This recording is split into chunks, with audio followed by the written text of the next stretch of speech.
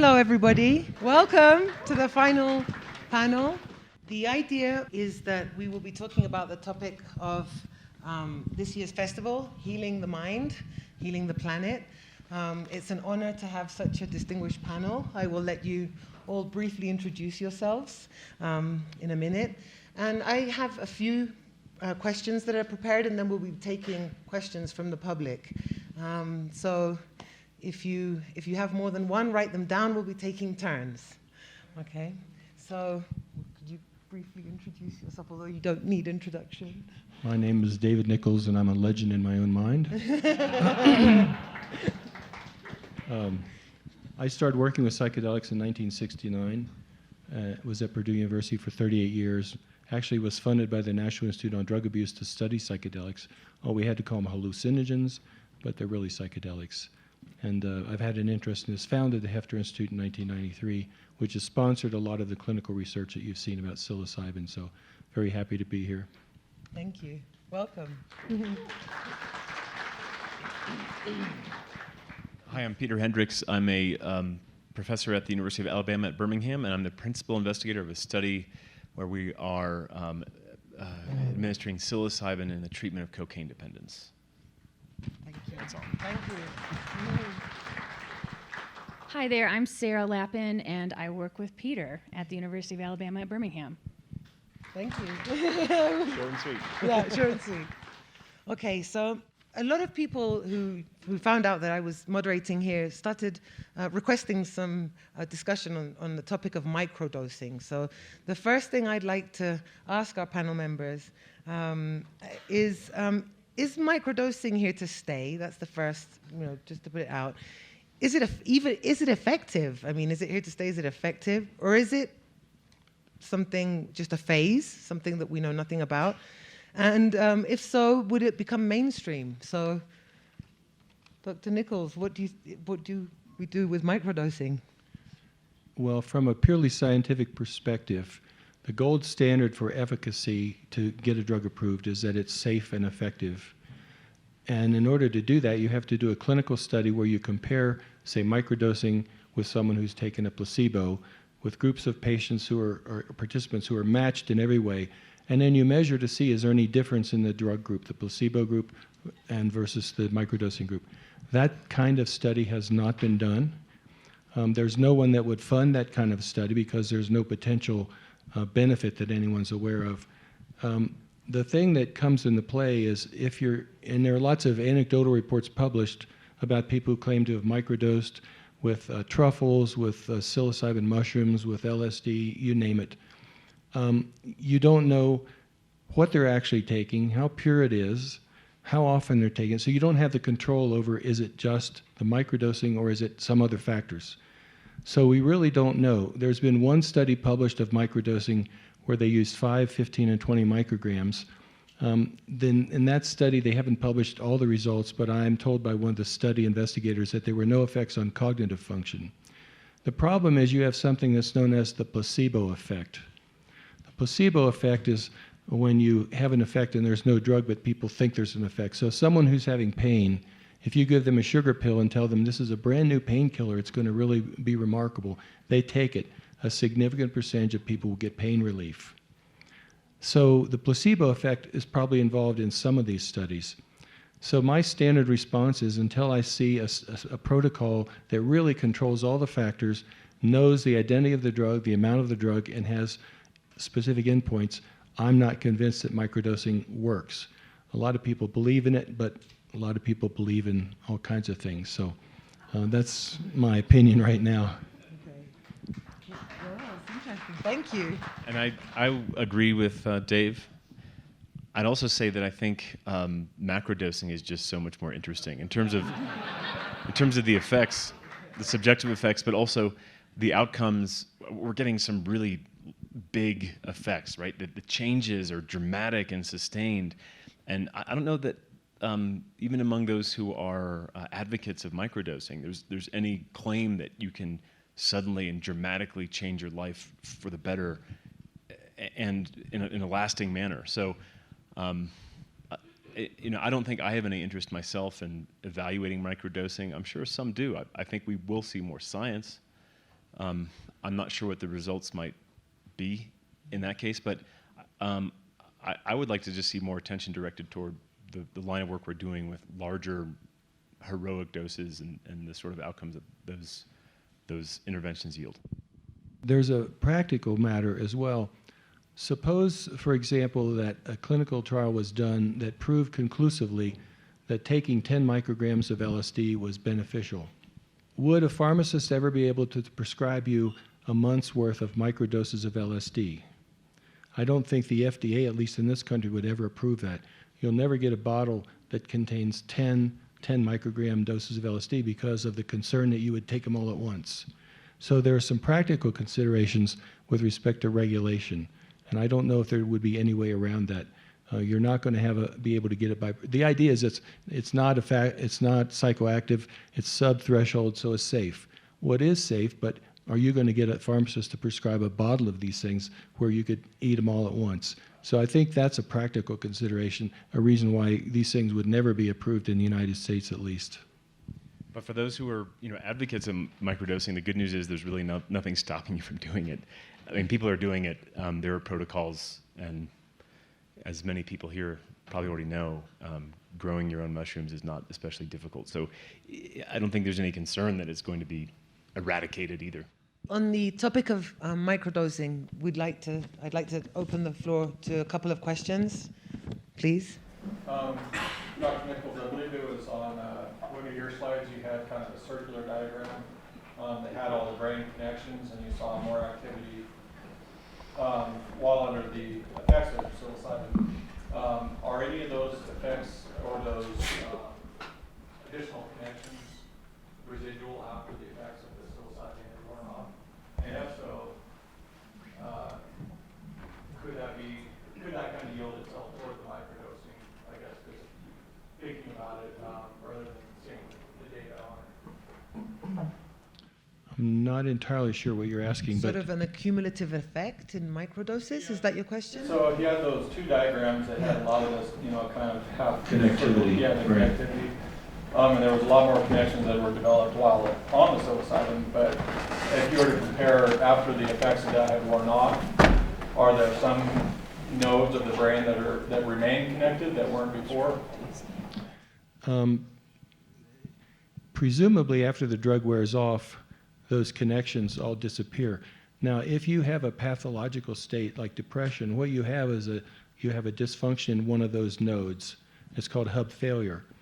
Presumably, when the high dose hits, there's some sort of a reset process. So when the drug is gone, those connections that were abnormal have also disappeared. So the residual would be presumably a healthy residual, putting the brain back to a more normal state. I see. But nothing residual as far as maintained connections that were developed. No, the normal connections in your brain, those are determined by genetics, etc. You want those to stay there. So if you have depression or anxiety, whatever, a connection has formed that's not supposed to be there. So that's what you want to see disappear. You don't want to see any new connections formed, unless they were healthy connections. Thank you. I don't really have a question, but I'd like to see some researchers get the empirical evidence because my partner's had migraines for 3 years, and it's basically the only thing that helps her. And as far as like the homeopathic response with just trace amounts, I feel that really is very valid. And so maybe in the future, I know it works, and people know it works because we use it. It's medicine. But it'd be nice to see some evidence coming out that this could be used for migraines or things. And it has no cognitive ability effect on it, doesn't affect her, but it stops migraines versus puking in the bathroom with a shower. But you're talking about psilocybe? Yes. Okay. And so it'd be nice to, people are doing it more and more, and just witnessing to it, and So they're getting migraine relief from microdoses of mushrooms? small little miniature amounts, twice or 3 times a day, and it's working. That's possible, and I can tell you there's a company that's been formed to actually look at the effect of psilocybin and LSD in cluster headaches, not migraine, but cluster headaches. So there could be a change in neuronal excitability with low doses, but wouldn't necessarily produce cognitive advantages. Well, the thing is, it's not a cognitive issues. It's more of a Right. but she's so in so much trouble, and we prescribe it to other people, and it's helping people. So.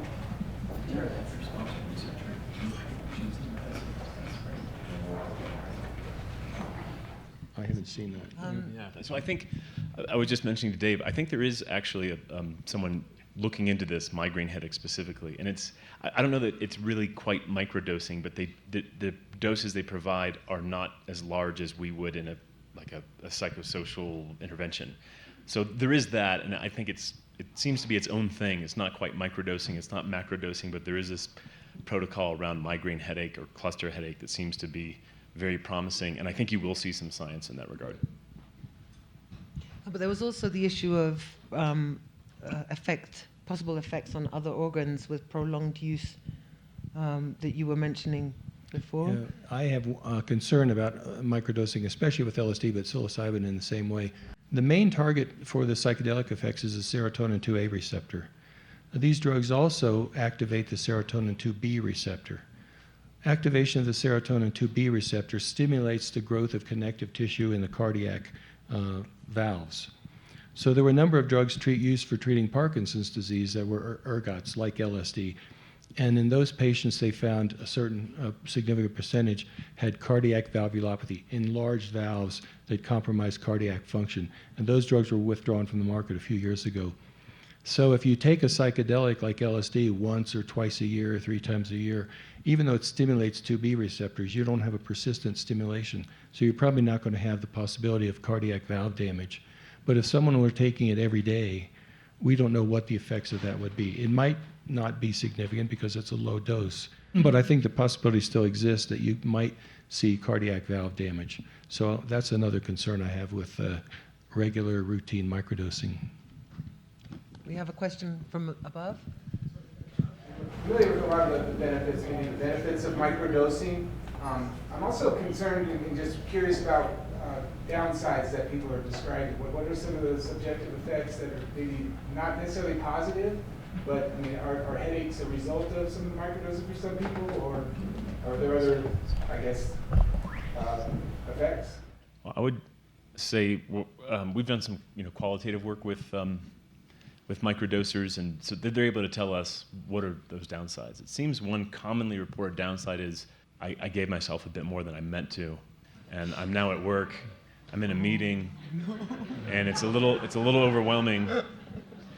That's pretty funny, but I mean I think that's a pretty significant downside if you're not able to gauge the dose quite right. And a lot of the effects can depend on how much food you have in your digestive tract, and I think it would be probably not too difficult to give yourself a bit more than you intend, especially because we're human and we sometimes we measure things incorrectly. So that's a downside.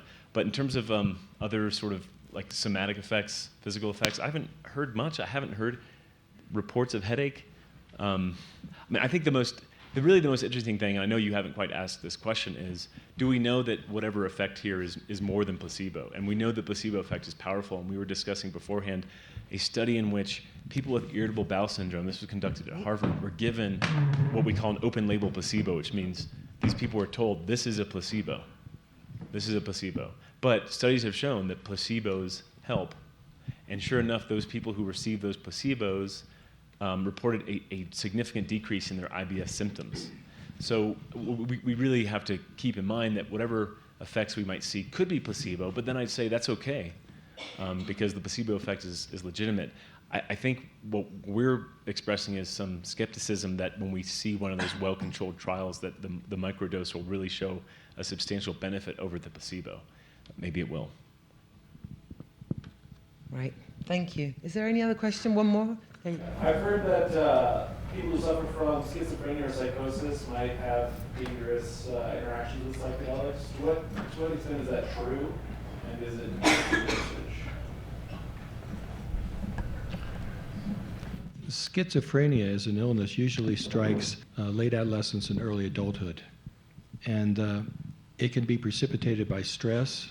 A lot of times parents, child will go off to college for the first year, and first semester the doctor calls and says, you need to come and pick up your child. There's a problem. And they've dropped into schizophrenia, which can be a lifelong debilitating illness. The general thinking about psychedelics is that they don't cause mental illness, but they can precipitate mental illness in someone who's predisposed. So if you have someone who's going to develop schizophrenia, and then they go off to college or in late adolescence and they take a dose of LSD, the stress of that experience can trip them over into actually full-blown mental illness. And it's not the drug per se, but it's the fact that it has catalyzed the process. I would say it's probably not a good idea for someone who has mental illness to take psychedelics. I don't know that it would make them any worse. It certainly probably wouldn't make them any better. But I'm not aware of any study. Usually, if you do a clinical study with psychedelic, you screen out anyone who has a history of mental illness or even has a relative, a first-degree relative who has some sort of mental illness, not just schizophrenia, but bipolar disorder or depression, etc. They screen those out of the trials. So there's no history of taking someone who has a family history or a personal history of mental illness and giving them a psychedelic to really know what the effect would be. The FDA's dictum is above all do no harm, and so if you even proposed a study to give a psychedelic, a clinical study, they would never approve it. So it's kind of unknown territory, but I think it wouldn't be a good idea. And to add to that too, in the 50s or so when LSD was first discovered, a number of scientists thought that it mimicked psychotic states. So they referred to LSD as a psychotomimetic. They didn't use the term hallucinogen or psychedelic. At the time, they thought it's just mimicking a psychotic state. So if we want to understand psychosis better, we can administer the drug to healthy people and get a better idea of exactly what's happening in the brain in these psychotic states. And that even influenced some of those early treatment models. So the idea was, let's say, for people who are alcohol dependent, this experience it mimics the rock bottom experience. It's really unpleasant and upsetting, and that's what will motivate people to quit. So there are some examples of folks who had serious alcohol problems being admitted to hospitals without any preparation or warning. They're strapped down to a hospital bed and given an injection of LSD, and then left in a room by themselves, strapped down to a bed. And some of the researchers realized, well, yeah, some people are not having the best time. That's kind of what we expect, but a fair number of people are saying they've had these incredible experiences and their lives are changed and they've come face to face with God, and that's not really what we expected. But still, you see that there is some recognition that this state can be a bit confusing or disorienting, and if you're already somewhat out of touch with reality, it may not be the best idea to induce a state that removes you from that reality further. Perhaps it's a bit more than someone who's already got psychosis can take. At the same time, there is some older literature where they thought it could be helpful for people with schizophrenia, at least because people with schizophrenia also deal with depression. There's an awareness that they're not quite functioning as they should, and that can lead to feelings of helplessness and hopelessness. And there do seem to be, at least in some email correspondence I've had with other scientists, some interest in perhaps addressing that question again, but it seems like one of the riskier ones. Thank you. I'd like to ask our panel members to talk a bit about the main barriers for psychedelics becoming accepted by society. Are these legal? Are they social barriers? Is it the big pharmaceutical companies that pose a threat towards the acceptance of these compounds? So let me give you a kind of a broad view of that. Psychedelics are classified as Schedule I substances by the Controlled Substances Act. And to be classified that way, there are three prongs that have to be met. The first is they have a high abuse potential. And in terms of the law, that just means people take them without a prescription. So high abuse potential doesn't mean that they repetitively take them like heroin or something. Second is that they have no known medical value. And third is that they're not safe when administered under medical supervision. So with respect to psychedelics, we know they don't really have a high abuse potential, and we now know that they're safe when administered by physicians. So the remaining prong is demonstrated medical use. In order to get psilocybin or LSD out of Schedule I, we basically have to demonstrate medical utility. And that process is going on right now with studies of depression, anxiety, addictions of alcohol, nicotine, and cocaine. Once there are at least one accepted use, the FDA will get those results from it'll be a multi-site clinical trial, And the FDA will then say, okay, we recognize that psilocybin is therapeutically effective for, say, depression. Once they do that, psilocybin has to come out of Schedule 1, probably go into a lower Schedule 3 or maybe 4. It just depends. That's a sort of a political decision. It will have to be taken out of Schedule 1. And in the process of that happening, there will be large multi-site trials that lead to that decision. So psychiatrists all around the world are watching these trials to see what happens. There's increasing interest, and Peter can confirm this, increasing interest among psychiatry departments and psychiatrists that psychedelics may have medical utility. I get emails all the time with people saying, I'm at such and such university, we'd like to start a trial looking at psilocybin for XYZ. So psychiatry is a very conservative medical profession, probably the most conservative medical profession, very resistant to change. But if it's demonstrated through these multi-site trials that they have a legitimate medical use and it's taken out of Schedule 1, we should see the development of clinics to use these in a legal way for that indication.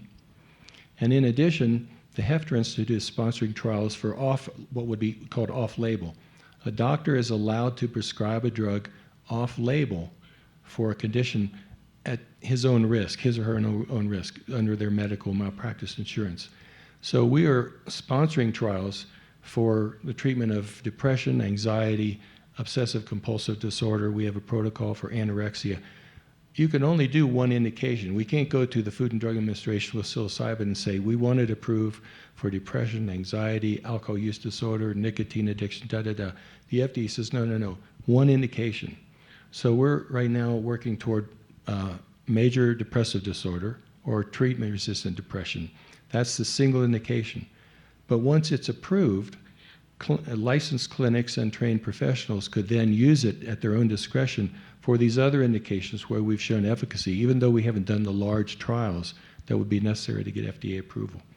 So we're at the cusp of a process occurring now where when these large trials are completed, if the FDA approves psilocybin, which is principally the one we're using for a single indication, we'll start to see this being used in society. And how that gets spread, how the clinics are developed, who's allowed to use it, so forth, that's a whole nother issue, but we're moving in that direction. So that's sort of what has to happen right now.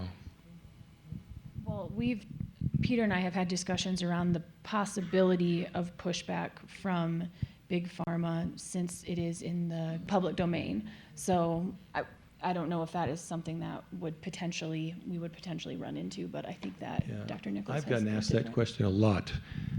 What's Big Pharma going to do? Because if this works, they're going to lose all the money that comes in from all the antidepressants.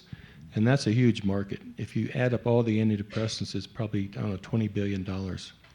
First of all, Big Pharma is not really interested in it because Big Pharma makes money off of drugs that you take once or twice or 3 times a day for the rest of your life. The money that comes in for treatment with psilocybin, most of the cost will be the therapist, the clinical rental time, that sort of thing. The cost of psilocybin for a therapy, let me guess right now, would be about $100. And a treatment with this is going to cost probably $5,000+ the way it's running now. So the money to be made from the drug, which is what the pharmaceutical companies are interested in, is really insignificant. Then the question is, will drug companies get into this? Will they be interested? I'm not convinced they will be because it's a different paradigm. Most of the drug companies have given up developing drugs for central nervous system disorders because they can't validate the targets. That means if someone has depression, why are they depressed? Well, we don't really know, but we know that some of the SSRIs or SNRIs will help, so it's empirical. What causes schizophrenia? Well, we don't know, but we know that dopamine D2 receptor blockers can block it. But when you talk about other things, borderline personality disorder or PTSD, whatever, we don't know what's wrong in the brain. And when you don't know what's wrong in the brain, you can't develop models to develop new drugs.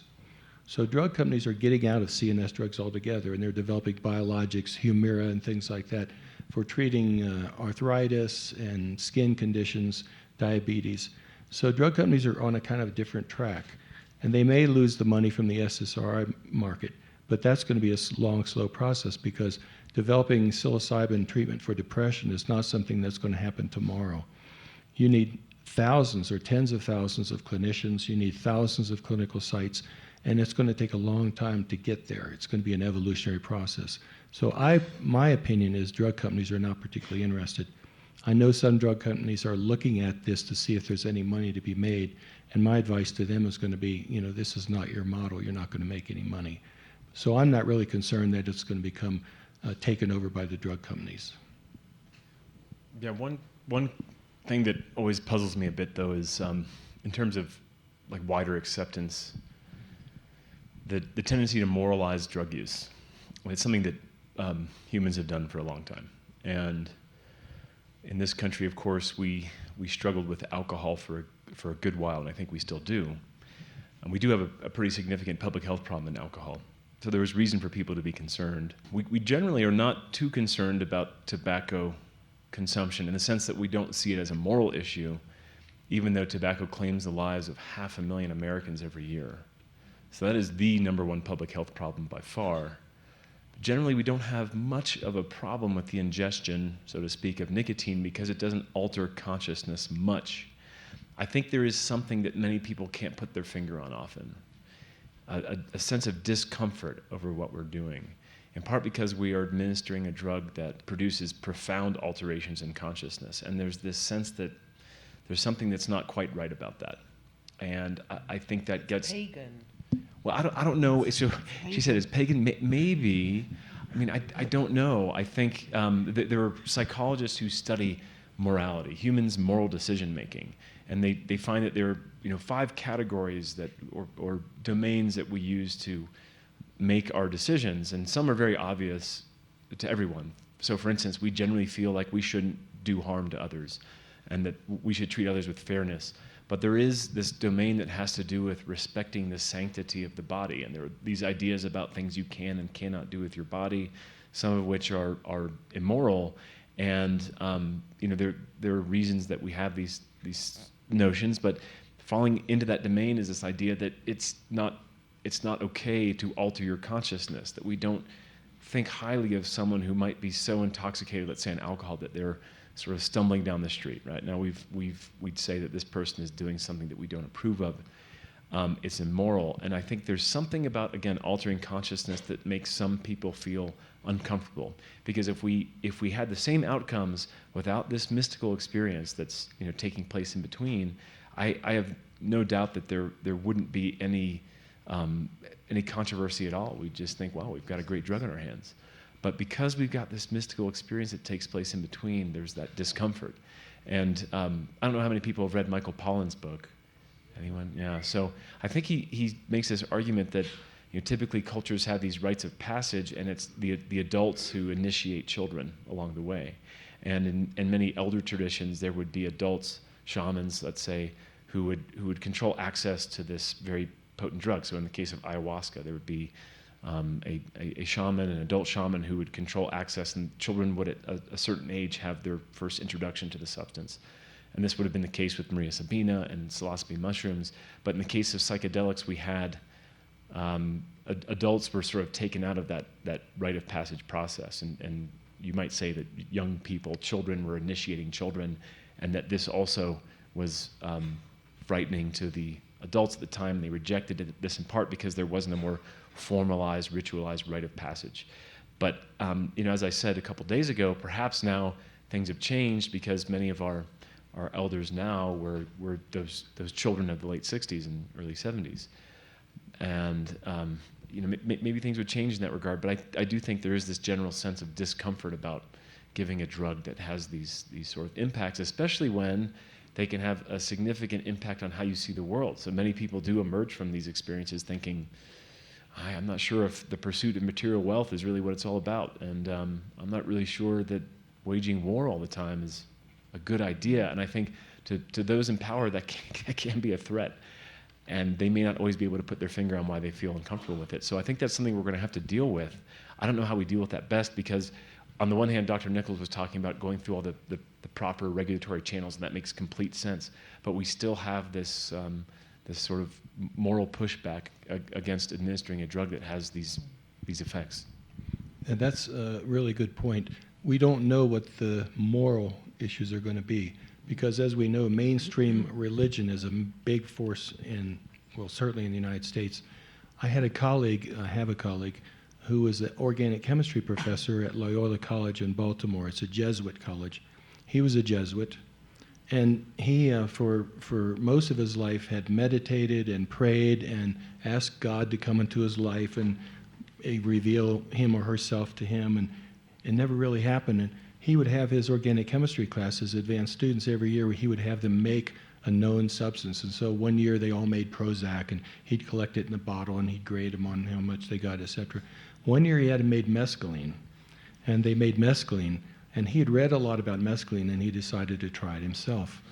So he took the mescaline, and he said, suddenly, all the things I had been praying for all those years and meditating for, it was revealed to me that this molecule revealed to me. He says, I dropped out of the Jesuit order. And it caused a lot of consternation among his colleagues. So you can imagine that if people start having these revelations that make us question that all of our money, our tax money, is going to the biggest war machine in the world, and environmental pollution, all these things that people get these insights with when they have a peak experience, a psychedelic experience, you can imagine that there are a lot of forces out there in the military-industrial complex, whatever that is, that would be very opposed to that. I think if we start seeing these used on a large scale in the United States especially, and there's this changing worldview, there may be a moral argument, there may be pushback that we can't predict now, but we can anticipate something like that would happen, and we should be kind of ready for it. There was a person at the back who had their hand up at the beginning. Yeah, in the context of broader acceptance, curious about the acceptance from the federal government, not for approval, but because funding is often a gating factor in the research that they're doing. It's largely privately funded. What do you think the path is to opening up money from NIH or NIMH or one of those governmental organizations, even if it's clear to them? Well, yeah, so I mentioned during one of my previous talks, some of you may have already heard this, when Roland Griffiths published this landmark study of psilocybin in healthy volunteers in 2006, he did use some discretionary funds from NIDA, so that's part of NIH, that's the National Institute on Drug Abuse. So he had some funds that he could use for whatever he chose to use them for. And he published a study, and the director of NIDA at the time, this was really unprecedented, open letter to the public, said, hey, everyone, we see this study with psilocybin, and we just want you all to know we didn't specifically earmark these funds for this study. In fact, we gave him some money that he was free to use as he chose, and that's how he chose to spend that money. But our official viewpoint is psilocybin is a hallucinogen that's dangerous, and you shouldn't do it.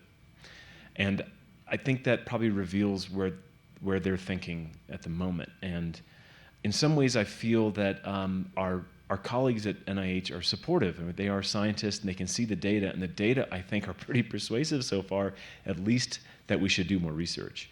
But at the same time, they are political appointees, and they do have to go before Congress and explain themselves, explain their funding decisions. And I think that's probably difficult, and especially when you consider how polarized the political atmosphere is right now, and that our politicians, at least some, don't think much of science at all.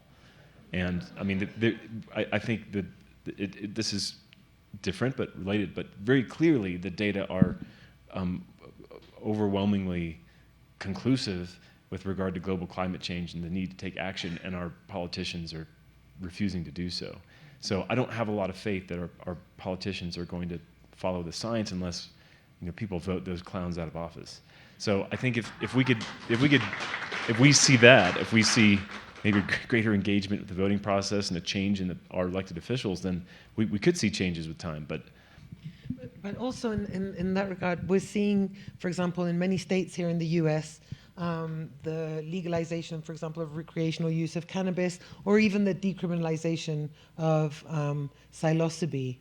So there evidently is something that's happening. There is a trend towards acceptance, or at least decriminalization.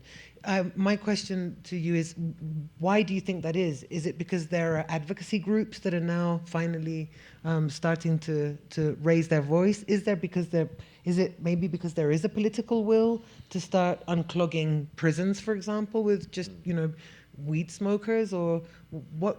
Because something is changing. It's not being demonized more and more. It's quite the contrary. Well, part of the change is related to the fact that young people are more open-minded than their fathers and mothers. Same-sex marriage, LGBT rights, that didn't happen until we had this generation. So I think there's more of an open mind.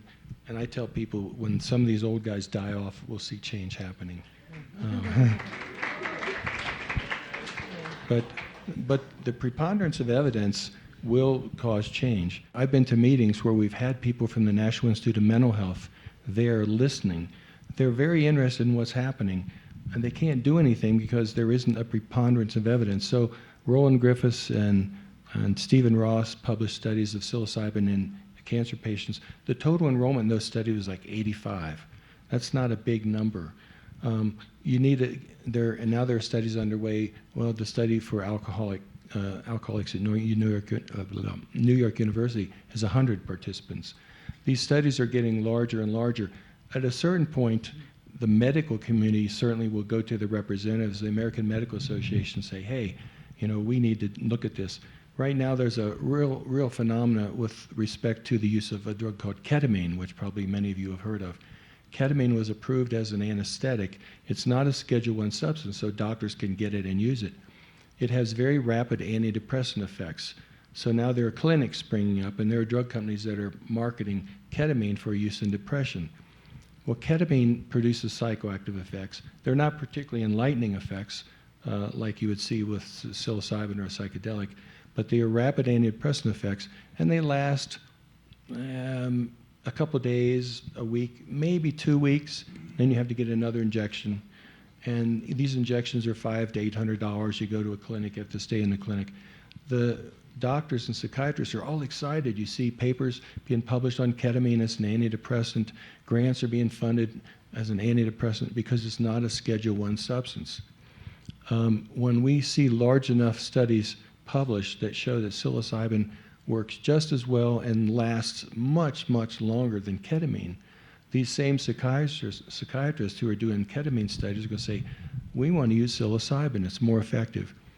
When you get the weight, the momentum behind those larger and larger studies, they will prevail. Even politics won't be able to stop it because the American Medical Association is a very powerful lobby.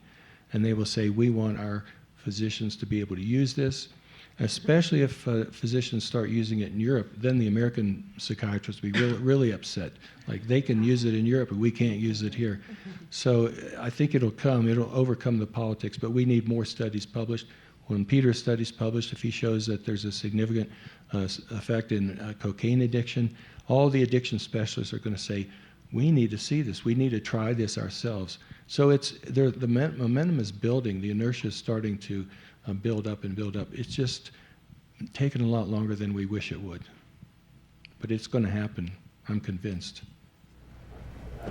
There are anecdotal reports of flashbacks and persistent hallucinogenic disorders and snow vision. How much of that is private mental health issues, side effects of the drugs, or propaganda, in your opinion? HPPD is a real phenomena. 30 million people are estimated to have taken LSD, and I don't know how many HPPD patients there are, a few hundred, would you say? Oh, hallucinogen persisting perceptual disorder.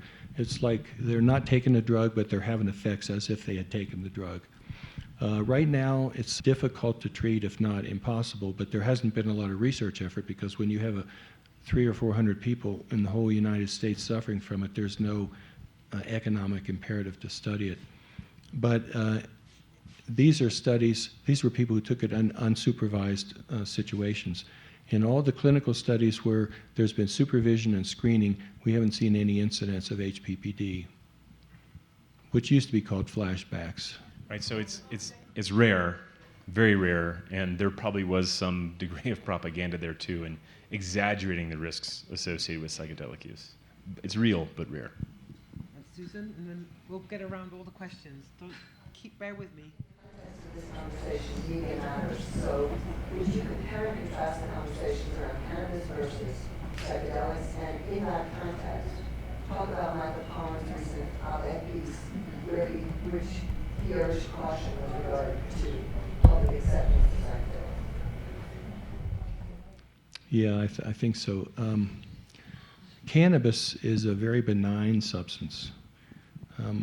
Obviously, the stuff that's available today with 20% THC is not quite as benign as it was when I was a graduate student. It's probably one of the safest drugs known, and it's being made illegal was political from the very beginning. There was never any evidence that cannabis was a problem, that it caused addiction or anything else. Now you have cannabis dependence syndrome, and something like 10% of people who use it every day chronically smoke in high doses.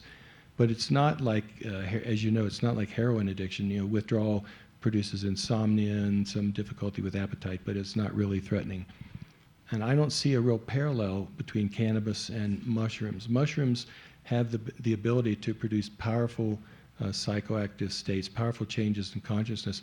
And some people do have psychotic reactions. People who are predisposed to develop schizophrenia can have their illness catalyzed by the use of psilocybin. So I don't think it will ever be the situation where you can go to a psilocybin dispensary in Telluride and go in and buy a bag of mushrooms. That's my opinion. I think it's not as benign as cannabis, and I would see there aren't really good parallels there. I don't think if you have mushrooms, you grow mushrooms or you use them personally, I don't think there's any justification for you to be prosecuted for that. It shouldn't be a criminal act. But I don't think they'll ever be dispensed like cannabis. That's just my opinion.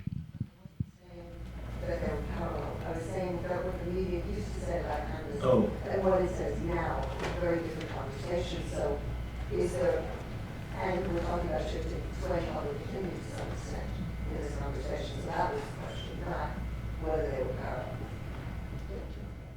So if we are seeing a shift in the media's communication of psychedelics or psilocybe, as we have seen with cannabis, where not long ago they were very, very adamant about how bad cannabis was, and today we're seeing adverts of CBD, products or THC products.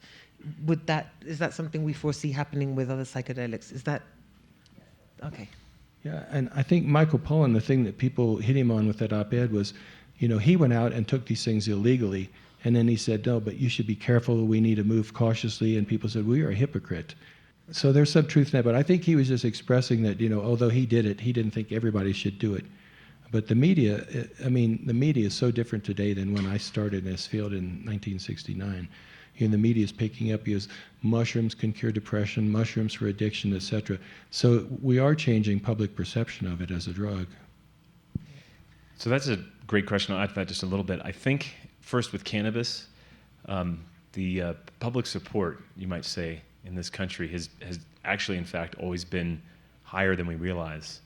For the most part, most Americans have not had much of a problem with the use of cannabis, in part because it doesn't take any kind of degree in science to realize that it's a fairly benign drug.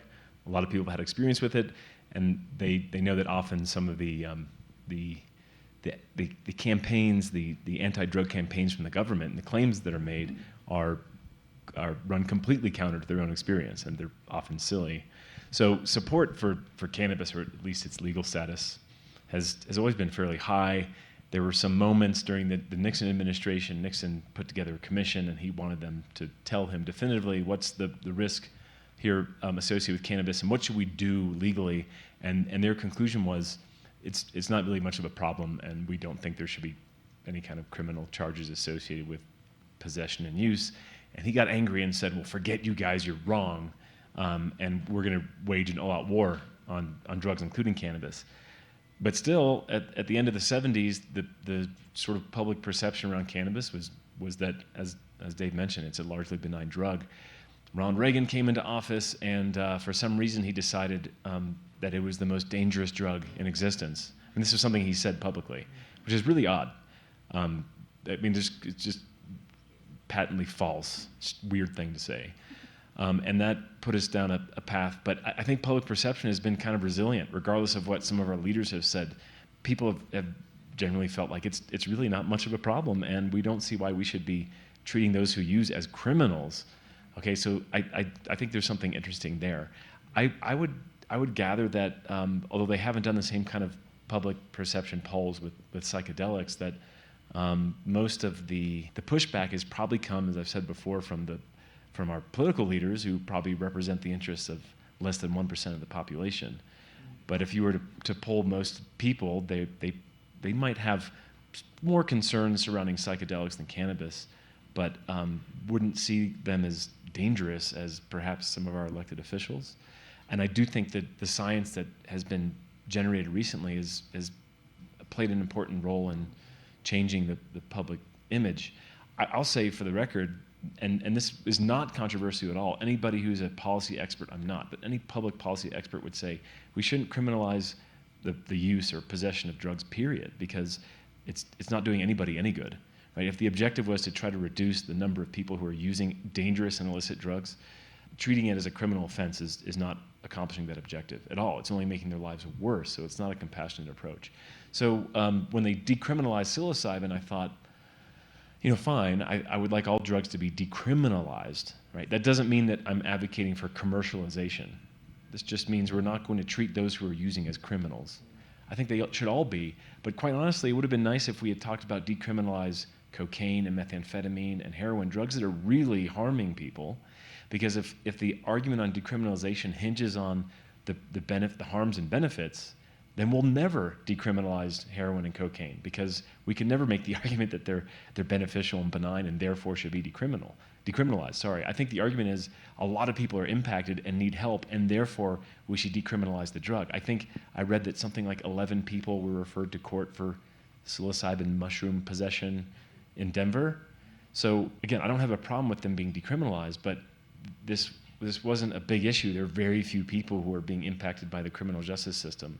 I think it was symbolic. But let's talk about, decriminalizing drugs that are really, impacting people's lives, and for which we have a lot of people incarcerated for really no good reason. And cannabis would certainly be one of those. Thank you. We have another question from Lady, and then we'll move to the back. We have. A note on what you just said about the statistics for Denver. All of those crimes where people were committed or had psilocybin, they were all committing another crime as well. So they happen to find psilocybin in the process. Yes. Yeah. My question's kind of about that. We see consistently psilocybin ranked one of the most safest things that people are using. But as cities start to decriminalize, do you think there's risk that we could see more people coming out about unsafe things that happened, or just anything unsafe about psilocybin? How do we mitigate that risk? I mean, no question. I mean, things can go wrong. We know things can go wrong. And if more people are using, then there are going to be more reports of things going wrong. And I mean, I'd say the same with cannabis. It is a fairly benign drug. 5 to 10% of those who use develop dependence. The degree of dependence is considered weak. But if, in the case of, let's say, Colorado, we're commercializing the product, more people are going to use, and therefore more people are going to be dependent. That's just a given. So I think we probably will see that.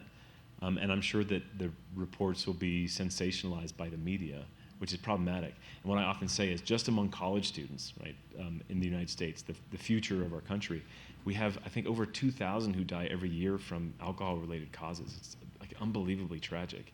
If you can imagine sending your child to college and only to learn that he or she has died from an alcohol cause. Now, if the media decide to report on those deaths, then that's potentially all they'd ever do, right? And we'd be habituated to it. It wouldn't seem especially unique to us. A lot of people die from alcohol every day. A lot of people die from tobacco every day. There will be mishaps. There will be negative outcomes with the psychedelics, and because they're less frequent, less common, then they'll probably get really blown up, and that would change public perception, I think, for the negative. So that's not something I'm looking forward to seeing myself. I'm sorry. It's okay. And we have a question at the back, yes. I'm just wondering if you could speak to Compass Pathways and if you're excited about what they're doing, yes or no?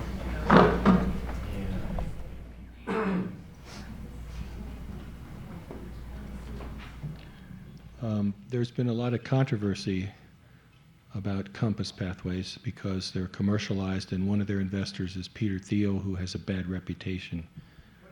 What are Compass? Yeah. Compass Can you give us Pathways some is a UK entity that was set up to provide psilocybin for treatment-resistant depression. And they're a profit-making enterprise.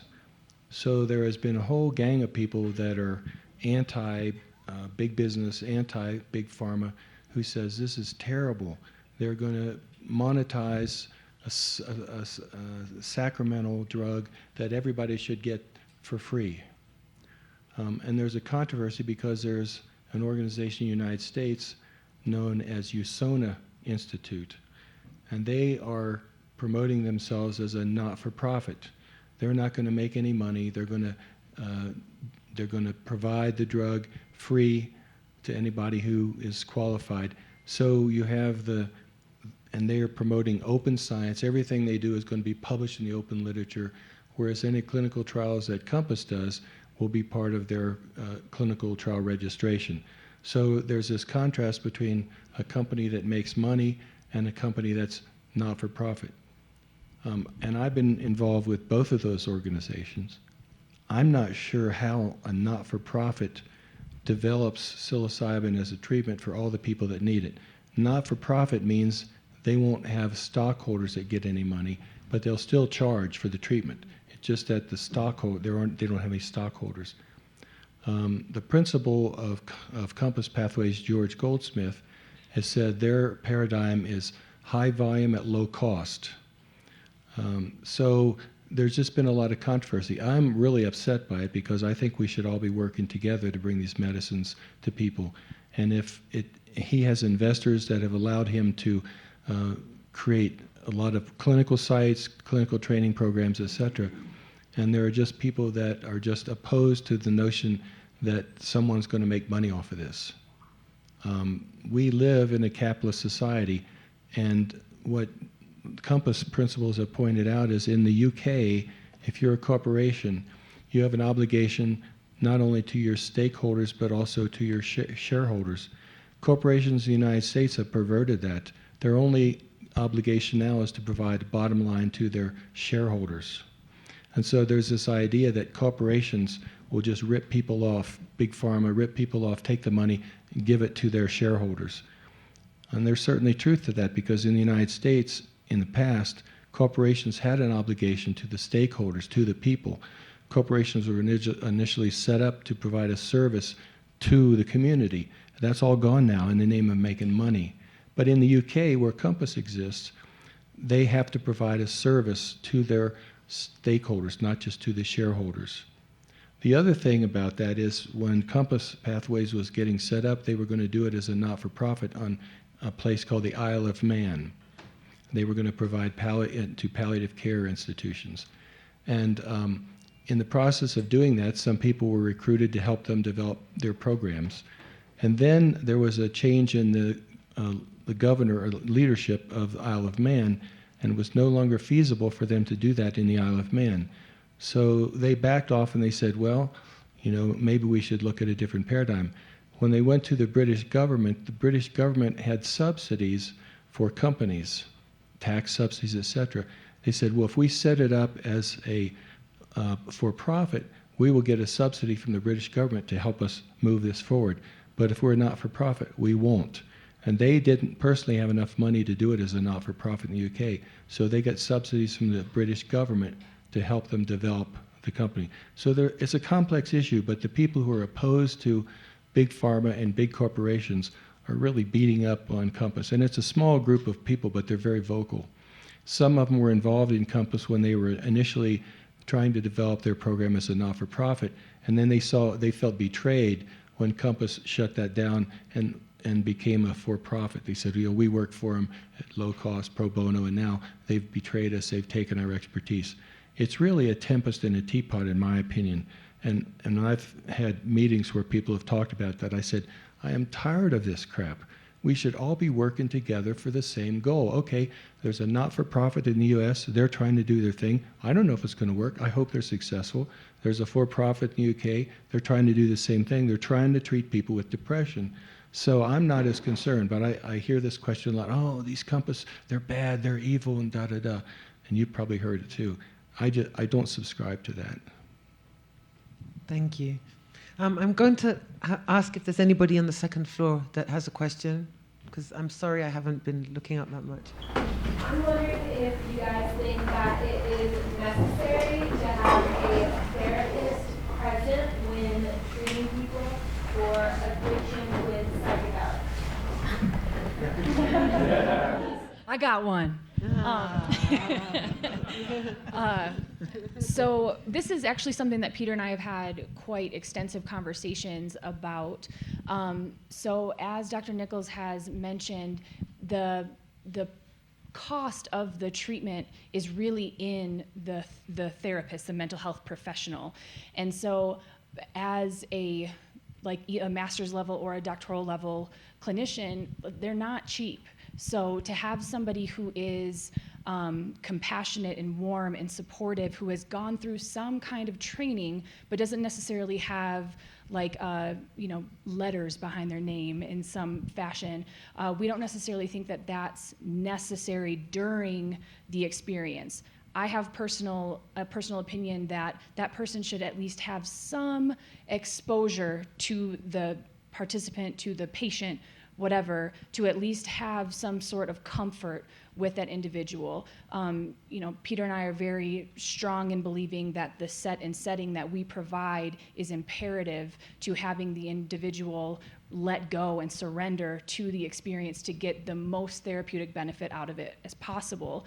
But for 6 to 8 hours to pay somebody a minimum of $100 an hour to do that, it's just really, it's doesn't sound as feasible as being able to have somebody that has the general characteristics of being warm and supportive and understanding and compassionate in that room. But we do think that there should be, prior to that experience, if they do ascribe to a protocol like what we're using, which is meet for about a month beforehand, drug administration, meet for about a month after for an integration, that should be with a clinical, like a mental health professional, somebody who can attend to some of the trauma, all of the driving forces or some of the contributing forces to use, that there should be some level of training and expertise in that, but in that experience, not necessarily.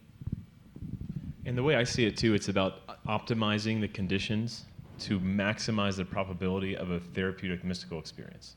So we think we're doing that, but does that mean that people outside of those settings don't have those sort of mystical experiences? No, I think people can and do have those experiences outside of these contexts. And it ultimately is an empirical question that hasn't been addressed. But we think we are providing for the ideal conditions so as to maximize the likelihood that they'll have that experience that they need. Thank you. We have a question. There was the gentleman at the back who's had his hand up for a while.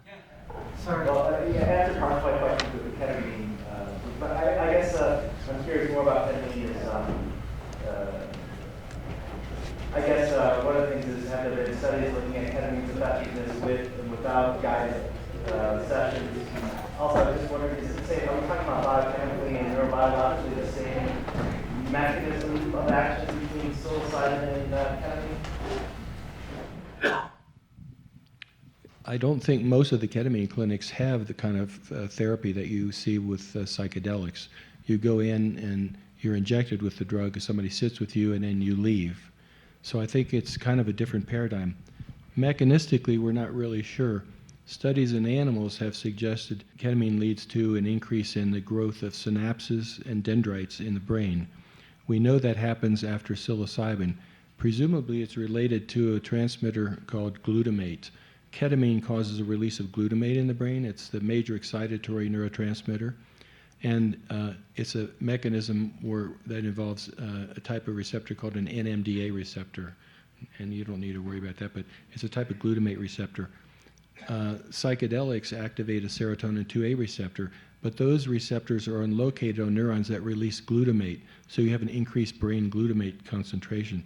So there may be a common pathway with respect to glutamate. The question that we don't know is why psilocybin lasts for such a long time and ketamine doesn't. And there may be other ancillary mechanisms. Psilocybin activates 2A receptors and 2C receptors and serotonin 1A receptors. Ketamine just hits the NMDA receptor. So there are some other things there. And that's a big question that psychiatry and researchers will have to look at. Why do we get that, prolonged duration of effect? But there may be a similar mechanism at the level of stimulating the growth of new neurons and new synapses. And Dave's son, Chuck, who's an expert in his own right, is really interested in central nervous system inflammation or inflammation in general. And he's reported some really fascinating data indicating that psychedelics might have one mechanism of action in reducing chronic inflammation, which is connected to a number of mental health conditions. And what he has argued with me repeatedly is that, well, with ketamine you see a reduction in that inflammation, but it's brief, it's relatively brief, maybe it lasts a week or two. But with the classic psychedelics, the serotonin 2A agonists, you see a much longer anti-inflammatory response, and that might be one reason that we see a difference between those two drugs. And have there been studies looking at ketamine in guided sessions versus ketamine without? I think Elias Dockwar just published something out of NYU with, in fact, I think people who are cocaine dependent, and there were some promising findings. I haven't really taken a good look at it, but that was only recently published. I think that might have been somewhat guided, but not as intensively as it would be in the case of psilocybin. You might have a brief interaction with your physician, some discussion over the effects during one initial meeting, and then you return for your infusion. So there's some preparation, but it's not especially intensive. Thank you. We'll take one from the front. I was wondering about traumatic brain injury and the use of psychedelics, specifically suicide. If you've had traumatic brain injury, there's a disconnect in the brain afterwards for long periods of time. And does anyone on the panel have any experience or any thoughts about how that might affect, if you did the serotonin 2A receptors post-traumatic brain injury? I haven't seen any studies of that. Someone, I don't know, maybe it was you, said that they were familiar with people that had traumatic brain injury and had been eating mushrooms and had really improved their mental health. I don't know, somebody else then. If they stimulate synapse growth and neurite outgrowth, et cetera, you could imagine they might lead to reconnection of broken synapses and neurons, where if a traumatic brain injury, the mechanical stress has torn those apart. So it's possible that there might be something there. It hasn't been studied to my knowledge, though. And the drama would be with whether you did the intensive treatment a few times a year versus microdosing with that long-term effect, right? Yeah, and that would, again, that depends on whether microdosing does anything. There was a question of a lady, yes. Yeah, I'm working with someone who has epilepsy, so he has seizures, and afterwards the brain fog is debilitating, and he does a microdose of mushroom, and gets his thought processes back, so he can continue being a software engineer and make a living and be independent. Do you know of any studies that contradict that, or any words of wisdom you want to share about that? Use of a psychedelic by someone with epilepsy? I mean, I haven't seen anything that indicates it would be contraindicated. But again, there's no studies that would show that it would have a positive effect. I think that the interesting thing here is it ties in some of our other questions. So we are dealing with a substance that ultimately can't really be controlled, right? The access to it cannot really be controlled by anyone because ultimately it's derived from a mushroom that grows in the wild. And that can be grown by anyone in their own home without much expertise or fancy equipment.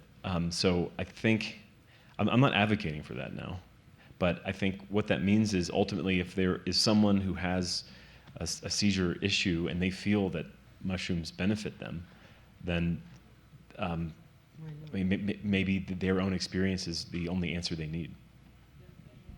Thank you. And at the back, and then the gentleman on the side, and Antonio, please. I'm sorry, I will get there. Sorry. and to the other side of the room.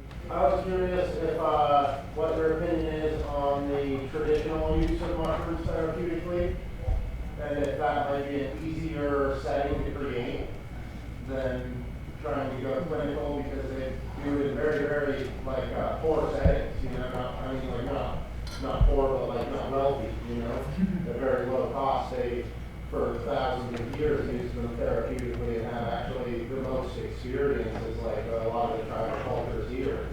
And what's your opinion on recreating those settings as opposed to paying top dollar for therapy?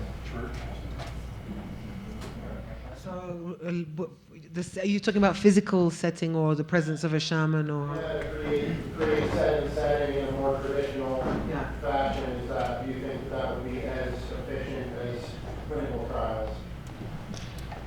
So I think we're talking about administering a drug in a highly ritualized setting. Yeah. And our highly ritualized setting is that of Western science. But there are rituals, without a doubt.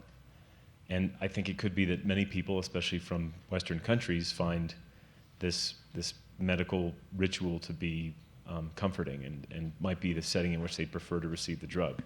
But there may be others who'd prefer it in a less medical Western setting. But I think in both cases we're just talking about a highly ritualized setting and probably one that's designed to ensure safety and maximize benefit. So I don't know. My own sense is there could be people who'd feel more comfortable in that setting than in like a clinic or a hospital. If you look at, for example, the Native American Church, who uses peyote cactus, which is mescaline, which is a classical psychedelic, low rates of alcoholism, low rates of divorce, highly ritualized. The community, there's some debate as to how much the role the community plays and how much the drug plays, but clearly they're probably synergistic.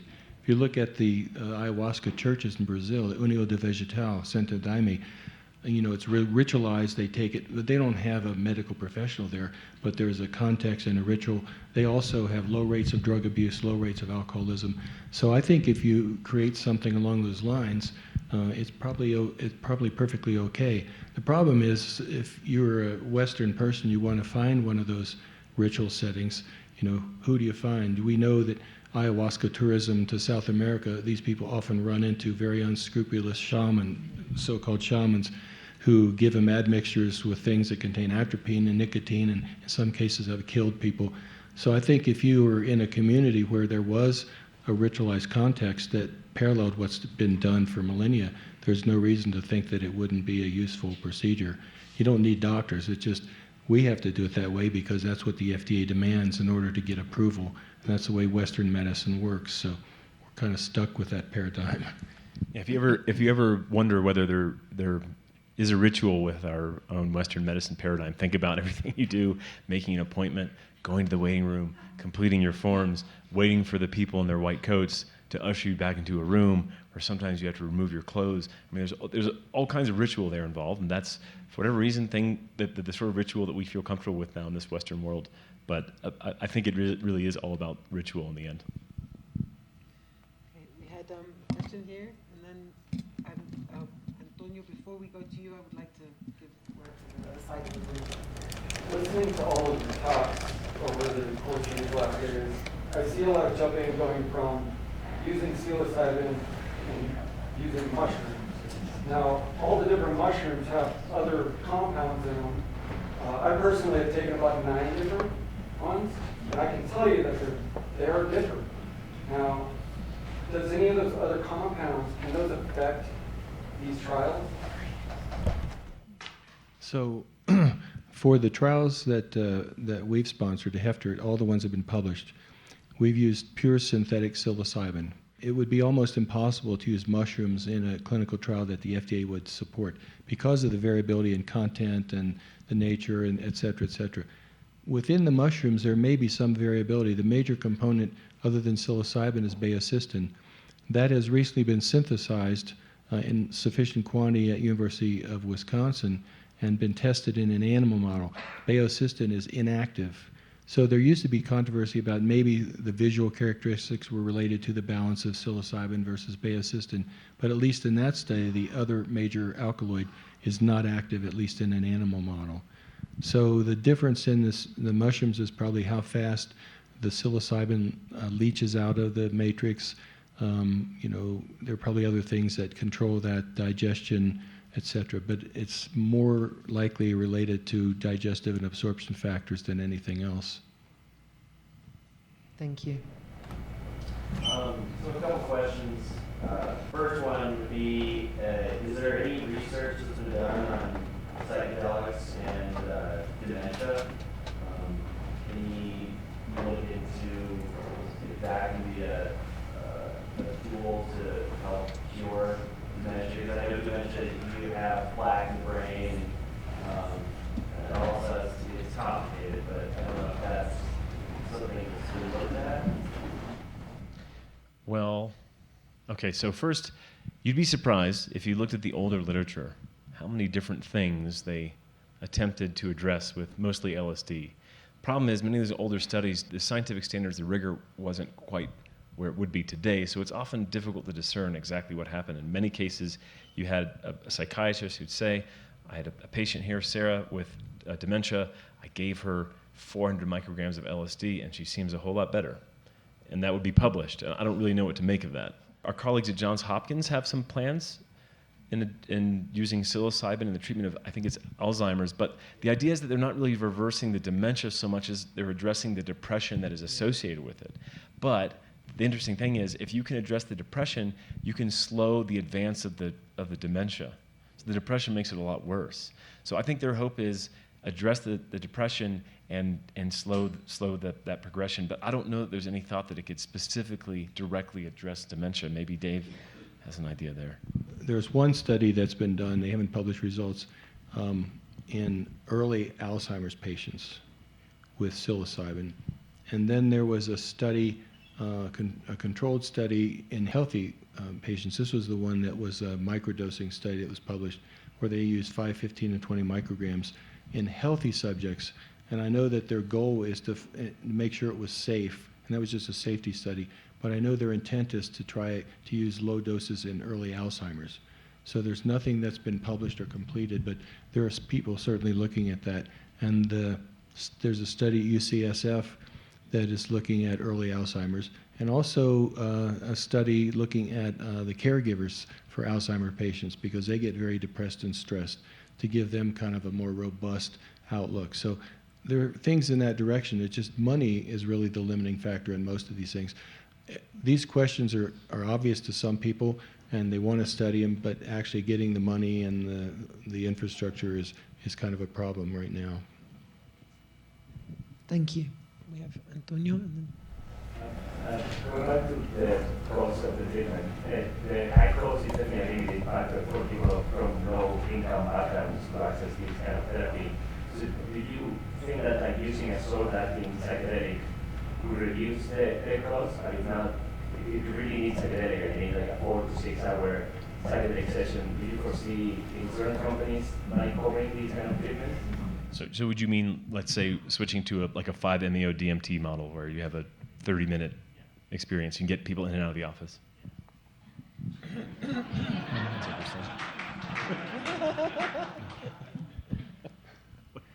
There's actually a lot of interest in 5-methoxy-DMT because of its short action.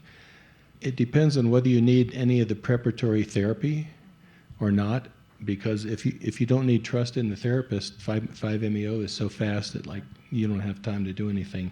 The integration, I'm not sure, that may be important. But obviously the length of the session is of concern when you're thinking about treating lots of people and not being so expensive that only rich people can afford it.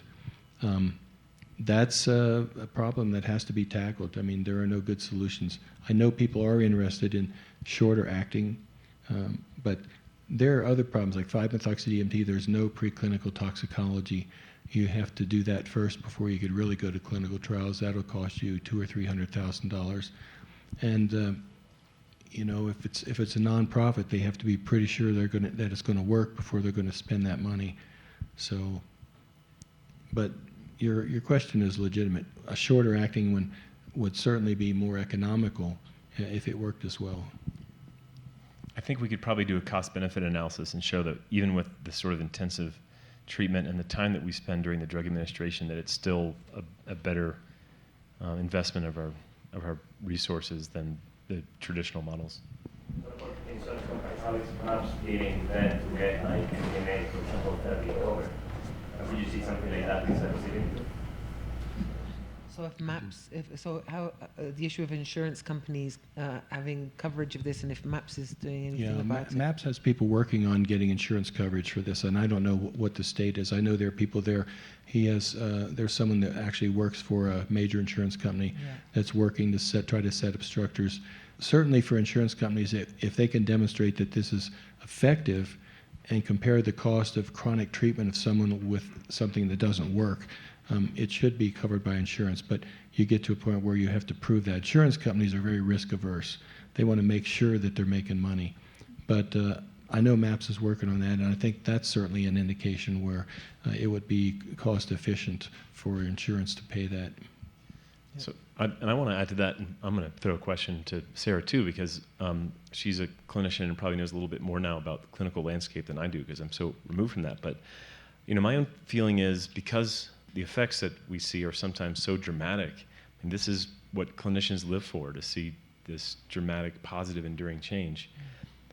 However, I would be happy to, give my time pro bono whenever possible. But I don't know that all clinicians are really in that place. But there seems to be so much enthusiasm among clinicians too when they see these results, that I too get the sense that there'd be some, at least for low-income individuals, who would say, "Hey, I'm going to devote a certain amount of my time just, making sure that people without many resources have access to this treatment." And quite honestly, in our code of ethics, that should be something that they're doing, because in our code of ethics, it's about social justice and advocacy and allowing for individuals who may not be able to access those resources to have that. So I would absolutely not be surprised if there could be something built in where this would be something that would be done pro bono, or on a sliding fee scale, or something that's seriously reduced in terms of cost. Thank you. You had a question. I'm intrigued about the concepts of sensorial enhancement, vision and hearing, and the concept of ego death. Does anybody have any sentiments about those topics? So one of the things that we do with our participants is we'll prep them. So on that fourth preparation session, right before their drug administration, we really try to go over all the possibilities that have been in the literature, that maybe anecdotally we have heard in terms of what they may experience under the effects of the medication. And one of the things that we do discuss quite at length is the concept of ego death, which is because one of the things that our participants in particular, can be a little weary of or nervous about is if they are in any sort of physical danger. And so we really try to differentiate between the fact that physically they're fine, and we talk about the whole boomerang effect of however far out you go, that's how you'll come right back. But that we tried to let them know that something like ego death can be very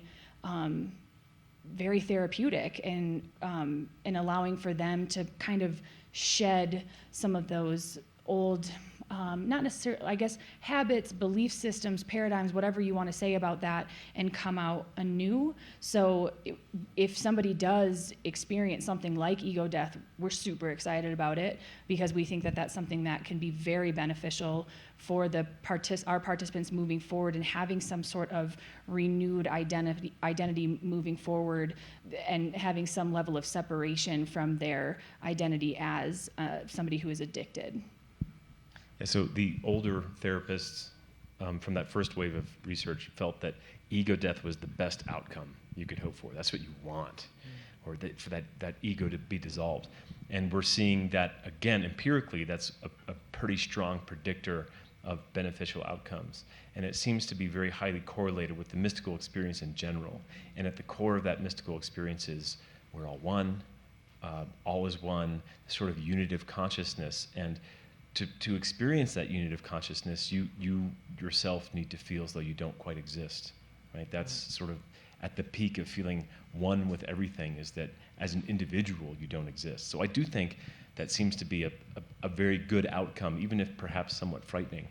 I think also you mentioned like the enhancement of the senses. Yeah, McKenna talked, I know Stamets talked about some mentor of his who was fully deaf and he could hear ants right before he died.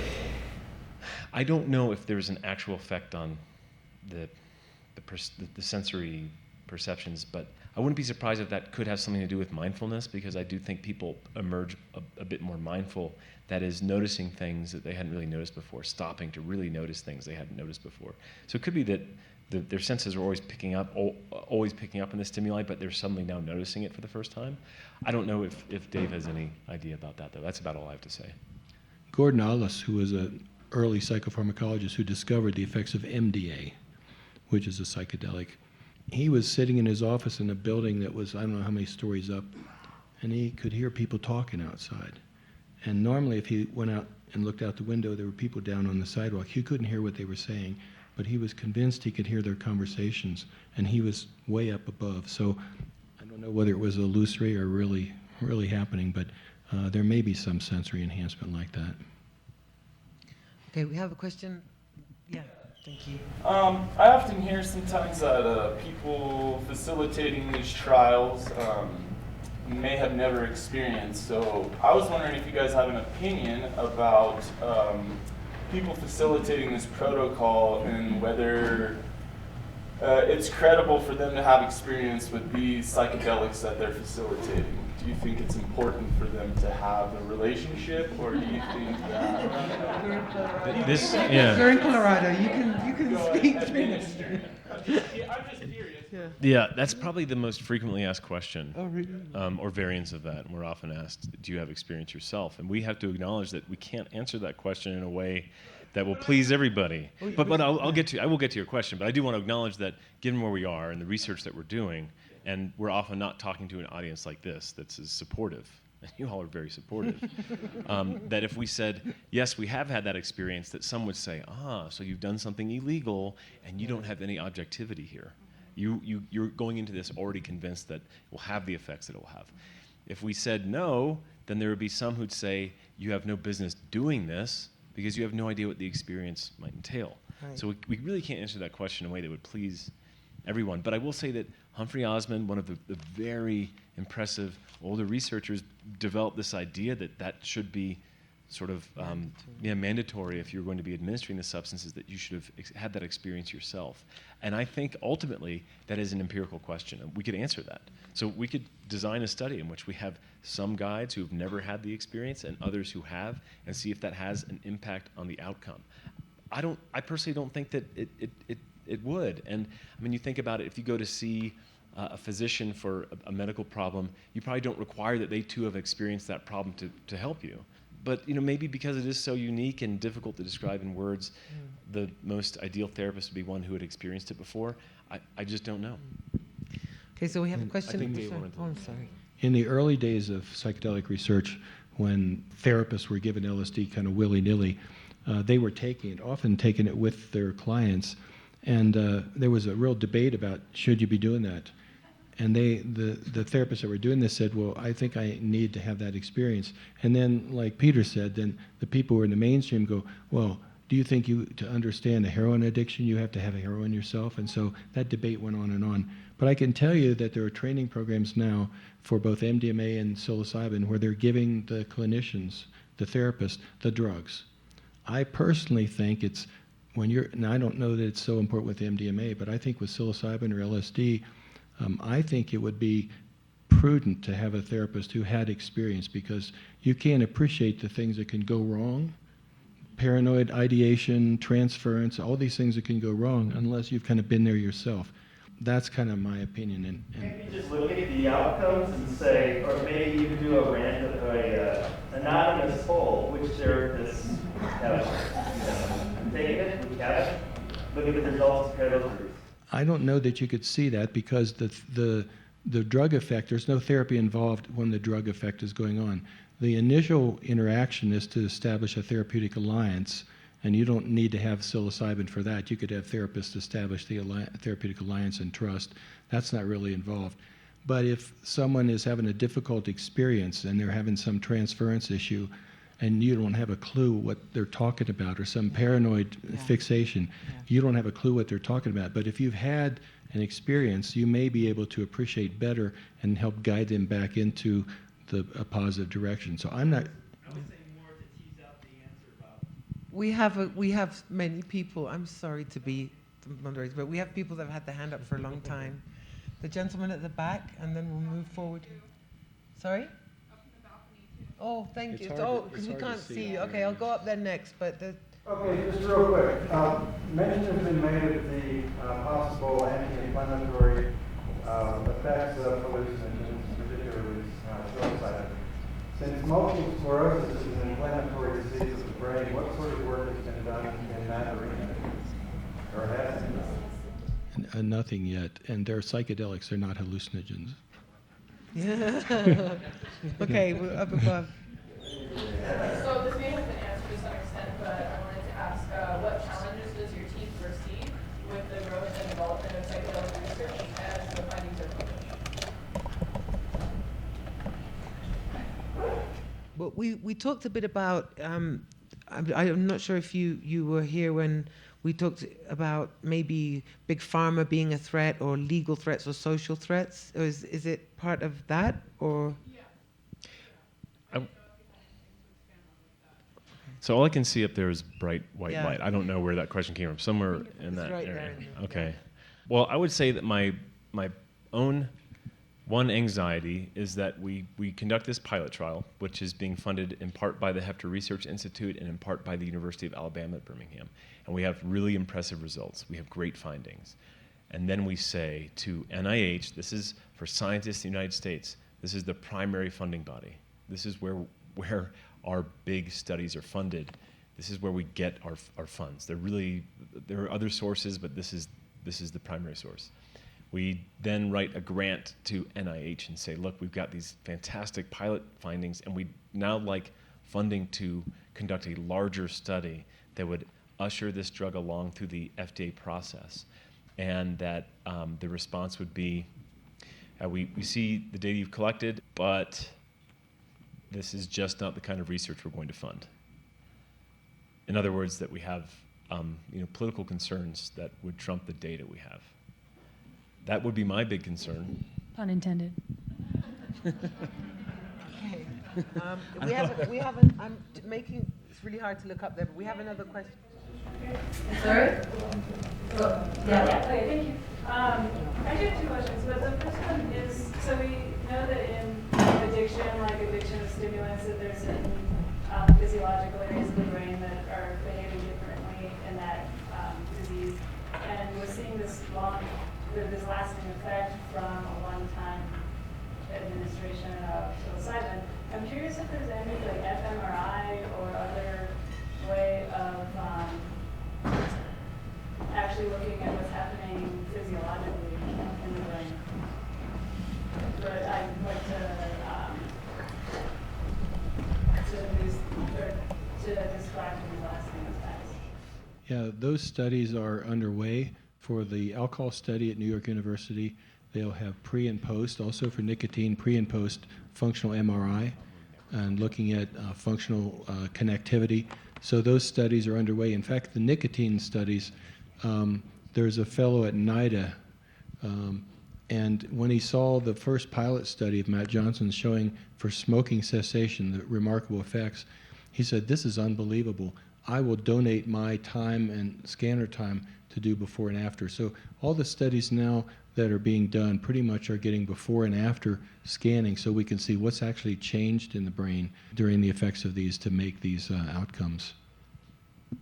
So I think, I'm sorry. You can. I would just say that there are a lot of candidate mediators too. It could be that default mode network that's at play. It could be inflammation. It could be downregulation of serotonin receptors. I think what's most interesting is potentially neurogenesis or neuroplasticity.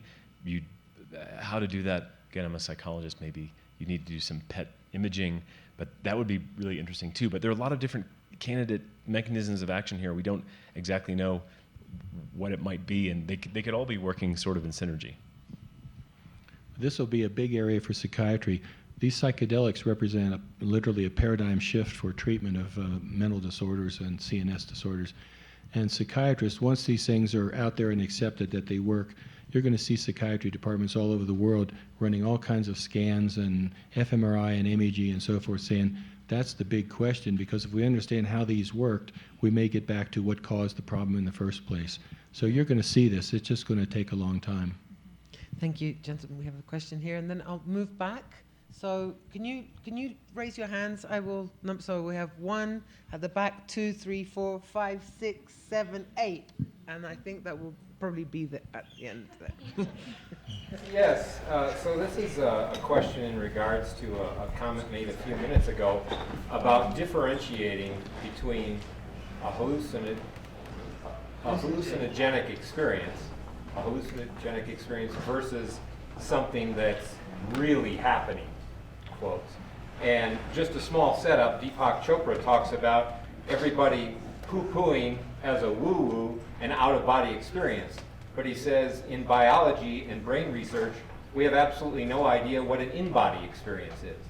So based on that premise, my question is there ever really a way to differentiate between a hallucinogenic experience, a hallucinogen, versus real, something that's, quote, really happening? Is that something along the lines of what if we're all just the dream of a butterfly? Like, what is reality? Well, let me just follow up a little more concrete than that.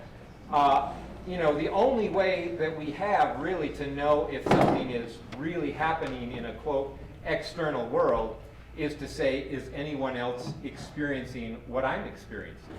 And then we use that to make a basis. Can you touch the chair? Can you see this person? That's the way that we say, oh, that must really be happening because other people seem to be experiencing what I'm experiencing. Is that reasonable?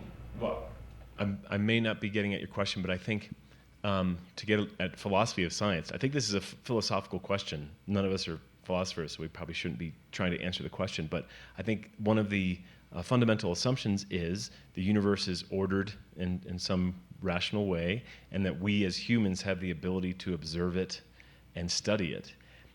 We don't know if these assumptions are accurate, but if we didn't assume them, we wouldn't bother doing science in the first place. So, to answer your question, I don't know how we determine if reality is really real. I don't know. Okay. And just a quick follow-up, we also don't know, we also do know that the waveform only collapses into an electron or something that we're measuring when there's an observer. So we do know something about that. I think it seems like it's probably well outside our area of expertise.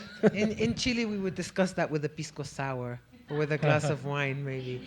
But at the back we have, but it's we can do that later at the bar. It's a good question. Ketamine is being an injected drug. Is there a transdermal method of administration? And if there is, would that have any effect on usage or outcomes? I think for transdermal, in terms of delivering it, you have to have a fairly small dose, and doses of ketamine are 50 to 70 milligrams. I don't think you could get a transdermal delivery. They have developed now a nasal spray, which works fast, but if you want it to be slower, I'm not sure how you'd slow it up. The nasal spray is what's being used a lot now, but for transdermal, it would have to be a fairly small dose to be absorbed through the skin quickly enough. Yeah, that's systemically, yeah. Sorry, that was the question at the back, and then we're moving forward to over here. Do you guys know if there have been any studies done on psilocybin being used to help people with mental disabilities or youth under 18? Well, we what do you mean by mental disabilities? Could you clarify?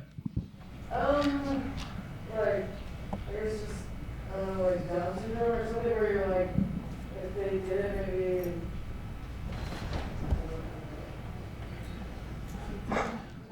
Yeah, in Down syndrome, maybe it's different because it's more than a mental disability. So I'm not sure if we're understanding the question. Or for example, if they've been used, I don't know. Did you? I mean, for something like Down syndrome, you have a structural deficit in the Right. brain. You can't Chromosomes, fix an yeah. organic structural deficit, Yeah. as far as we know. Okay, so but they haven't tried anything like that. Right. I don't think so. I said the other day that the people in the audience are all very forward-thinking, and you have some, I think, many times good questions, but questions that we're not yet close to attempting to answer. But perhaps there'll be a time and a place to address that. But I don't think there's been anything yet. I'd like to go back to the ego death conversation for a moment. And there was a book that was printed out called Collision with the Infinite. And the book was written by a woman named Suzanne Siegel, who was an old TMer, left it, moved to Paris, getting on a bus one day, one foot hits the side of the step on the bus, something happens, the second one, and for 11 years, she visited therapists throughout Europe and the US, and the best that she could get was a dissociative disorder. That was what, and in fact what happened was, the identity of Suzanne Siegel evaporated. So it was a true ego death, not psychoactively established, and this is what is also called awakening, I guess.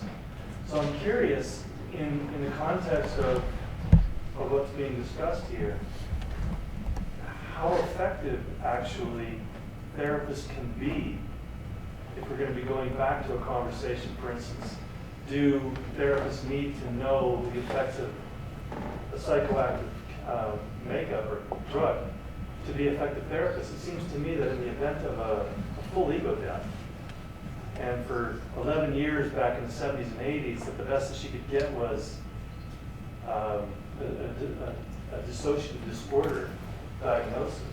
It wasn't until she actually met somebody in Zen that she started to put the pieces together. So I'm really kind of curious how effective a therapist can be in a full-blown ego death when something like that happens. So I would say there's a scientist, a psychologist named Ralph Hood. That's H-O-O-D, and I highly recommend his work if you're not familiar with it. And he's devoted his career to studying sort of organic mystical experiences and the psychology of religion and spirituality. And one thing he said repeatedly is, at least in Western psychology, psychiatry, we have a way of pathologizing these spiritual experiences, religious and spiritual experiences, such that those who may have had very authentic, organic, mystical experience often feel that if they do attempt to sort of integrate what they've experienced with a mental health professional, that they're pathologized and told that they've had a psychotic or dissociative event. So I think that probably speaks to the sort of bias in Western science, and maybe also gets back to the bias in some ways against this paradigm, and that it does involve something that we'd say is mystical or spiritual. I think the guides involved should be have an understanding of what the mystical experience is, what it involves, should have an appreciation of spirituality, generally speaking, and how that can, how that can motivate behavior, and should not be those who would pathologize it and describe it as being a psychotic or dissociative event. That's my thought. I don't know if there's...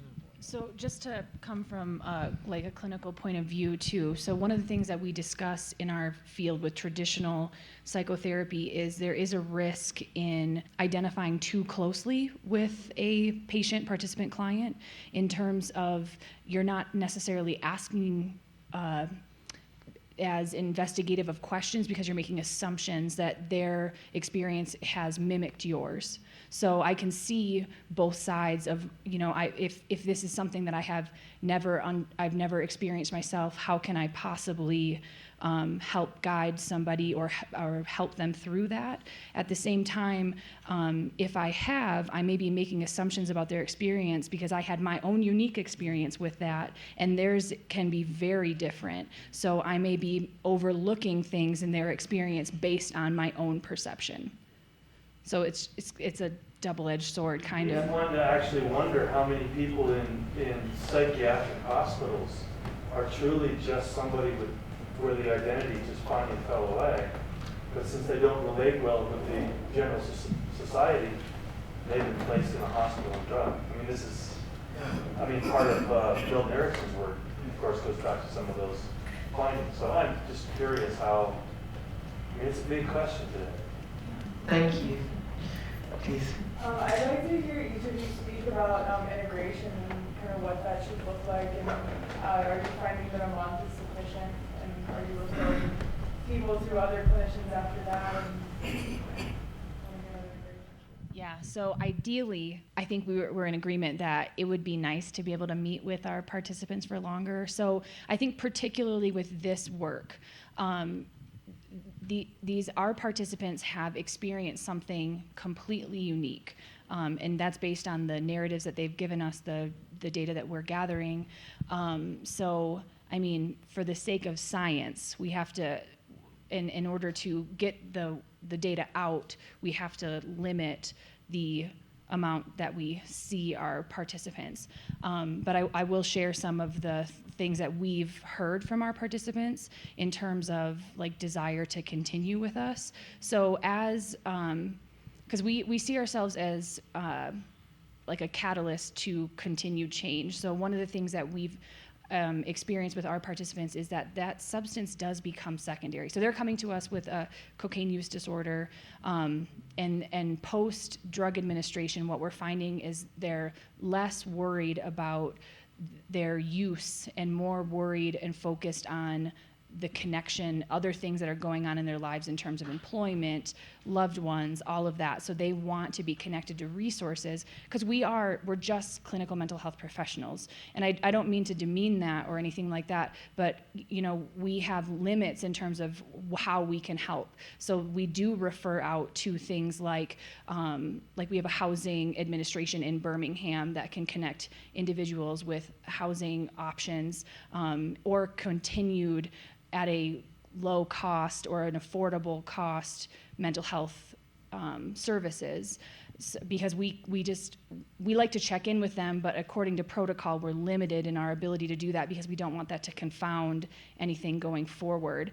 But I think ideally with this, that there would be some kind of team that would allow for the growth of that person in their integration to kind of be as long as they need, because everybody varies in terms of their needs, their desires, their resources, and that really influences the amount of time that they're in a treatment. So I think ideally it would be a little bit longer than a month, but we really do our best to refer them to resources. But I will say, because they have made that bond with us, that they're a little bit hesitant to move to somebody else. But that's an issue that happens regardless of psychedelics being a part of the treatment. So Houston Smith, was it right here? Right. Yes, okay, good. Houston Smith was a religious scholar, comparative religion scholar, who worked with the group at Harvard, Leary and Ram Dass back in the day. And he noted that many mystics across the world's religions who've had these experiences would think back to that experience for the rest of their lives, right? Because it was so rich, so meaningful that it influenced them forever. And I think we certainly don't want our participants to be confused as to what happened, right? So at a minimum, we want them to be able to begin to make sense of what happened and what the meaning is there. And I think in a month we can do that. Mm-hmm. We certainly wouldn't want anybody to emerge thinking that was just bewildering and I have no idea what just happened. And unfortunately, no one's really emerged feeling that way. Most people almost immediately get the message pretty loud and clear, which is good. But we want them to begin to think about all the elements of that experience, to think about them and what they mean to them and exactly how does that translate into behavior. But we often tell them, this will very likely unfold with time, and in 10, 20, 30, 40 years, you still might be thinking about it. And I think that's a good thing. So we'll just encourage them to think about it, to talk about it, to write about it. Don't stop thinking about it. It's probably the most important thing. And the integration on our part is just beginning to unravel that experience, so at least they're not confused. Thank you. With so many people in the United States on antidepressants, and many of them may want to try psilocybin on their own, what should the patient and/or their physician know about the risk-benefit ratio of taking psilocybin when you're on a serotonergic agent for antidepressant effects? SSRIs generally will blunt the effect of a psychedelic. For most of the clinical trials, people who are on an SSRI are withdrawn for some period of time before they use it. If you were on an SSRI and you took it, it probably would have a blunted effect. You might not have that kind of mystical experience. Okay. Yeah, and I'll also say, just feel like I should say this, in the case of like ayahuasca, which contains MAOIs, there is a serious concern about serotonin toxicity. So you definitely would not want to ingest ayahuasca while using a SSRI. And I think Charlie Grobe published something a while back indicating that if psychiatrists encounter someone who said, I'm going to go to South America and do this, that you should stop using those serotonin medications for at least a month, I think might have been his recommendation. Okay, so before we go to you, we'll to the ladies first, and then we'll go to you. With the growing acceptance with therapeutic research and psilocybin, do you foresee that expanding into other plant-based psychedelics, the common ones like ayahuasca and peyote and iboga? I know that's not necessarily common, but that may exhibit similar therapeutic qualities? Well, a fellow named Jordi Riba in Spain has conducted a double-blind randomized trial of ayahuasca for depression. The results were fantastic, really. So he's doing some great work. Look him up, R-I-B-A. So yeah, I think there's probably, at least in Spain, there seems to be something of a pathway to the use of ayahuasca in medical settings.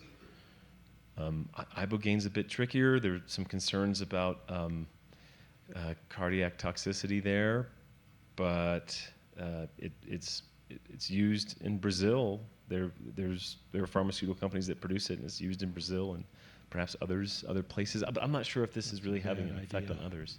What's that? That's a bad idea. Yeah. Mm-hmm. It activates the hERG channel. You can have torsade de pointe arrhythmias and die. That's why it was never approved in the U.S., because ibogaine is kind of a dangerous drug. And for people who are severely addicted and nothing else works, then the benefit risk is there. But it's not a classic serotonergic drug. We don't actually know its mechanism. But peyote and mescaline, they work the same way as psilocybin or DMT. Thank you. I was hoping you guys could expand on neurogenesis, possibly also about how it happens in any kind of other chemicals like vitamins, like more minerals like magnesium you can take to kind of increase this benefit, and what other things that you see.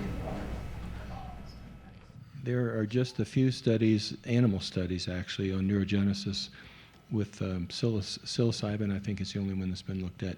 The biochemical mechanism, it involves, and I had a slide, I didn't go through it, but it involves presumably activation of track B and mTOR pathways. It leads to stimulation of growth of a type of glutamate receptor called AMPA receptors.